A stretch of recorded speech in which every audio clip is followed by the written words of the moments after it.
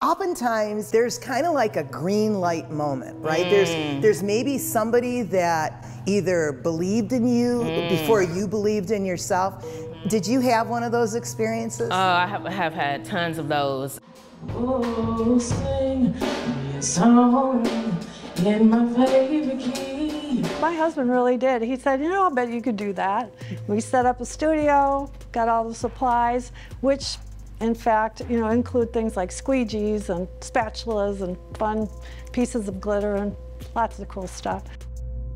I remember specifically my mom being intentional about taking me and my siblings to like the library, exposing us to like Black literature and film. And so I feel like that was like the spark that was like, oh, here's what's possible. Like I wanna dig into this more. I wanna create my own, you know, stuff for people to think about at some point. It was in particular Ed Genesis and Jocelyn Leach. When I went to Fire on a date, and it was an open mic, and Ed Genesis was hosting that night. And somebody like, you need to get up there on the mic and do something. So I had this song that I rapped and sung, and I had made the beat to, and he was like, yo, we need to stay in contact. And then another night, we went back there, and Jocelyn Leach, she was on this box drum that she has. And it was like, yo, can you hum a melody?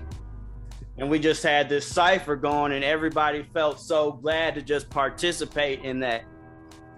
Wow. And it was just like, okay, maybe I can thrive in this community, because I had just moved back from Nashville and I was ready to actually to be done with music.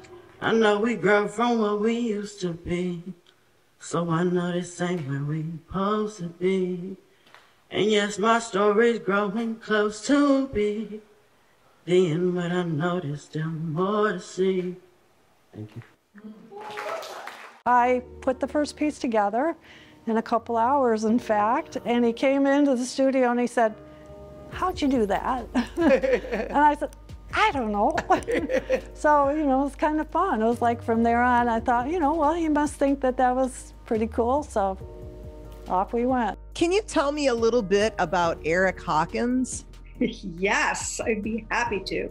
So Eric Hawkins was a modern dance pioneer. And then sometime in the 50s, he formed his own dance company, the Eric Hawkins Dance Company. And he is the person who changed my life. I actually saw him perform in 1970, and I had never seen anything like that before. I experienced a month-long workshop with Eric, and he was a person who was so charismatic and so deep in the way he taught dance that he really made me feel like I could do this. And he just said to everybody, if you want to do dance as a career, you can do it. So he said yes to me in a way that made me say, wow, maybe I really can do this.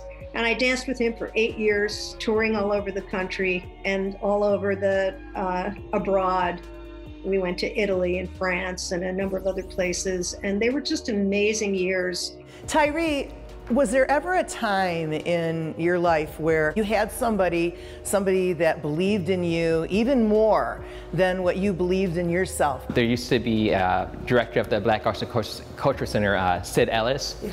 So I told him I was a painter, and I told Sid I had tons of paintings, and he said, well, where are they? I said, in my storage unit.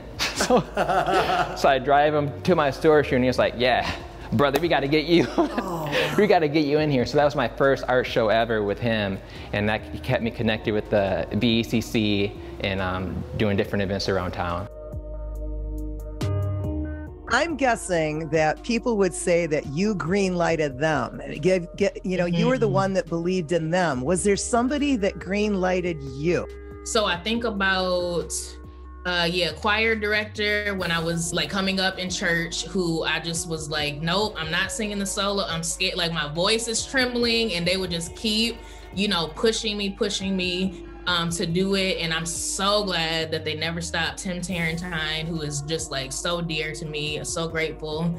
for him. I think about my mom, who was like, go to school for music. Like, you can, you know, Western, the school, like, just do it. And I was like, Mom, no.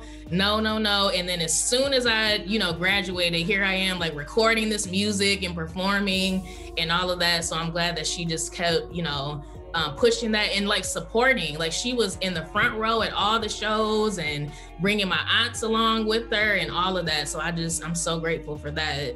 I know that it's important for folks to be able to have that opportunity, because after they get that first chance, it's like, it's just off to the races from there. So yeah, those are the kind of artists that I'm intentional about reaching out to. I got a planet that doubt me. I got a manager mouthpiece that only feed on the essence. I got the essence, I got the weapons. I want perfection. Yeah, I want to know why I'm stretching. Yeah, already know I'm stressing.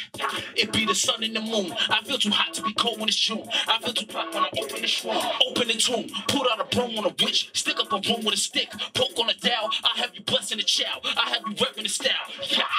Die line, all 5. Yeah. Die line, 8 eyes. Yeah.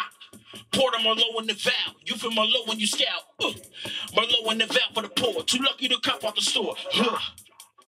Support for Kalamazoo Lively Arts is provided by the Irving S. Gilmore Foundation, helping to build and enrich the cultural life of Greater Kalamazoo.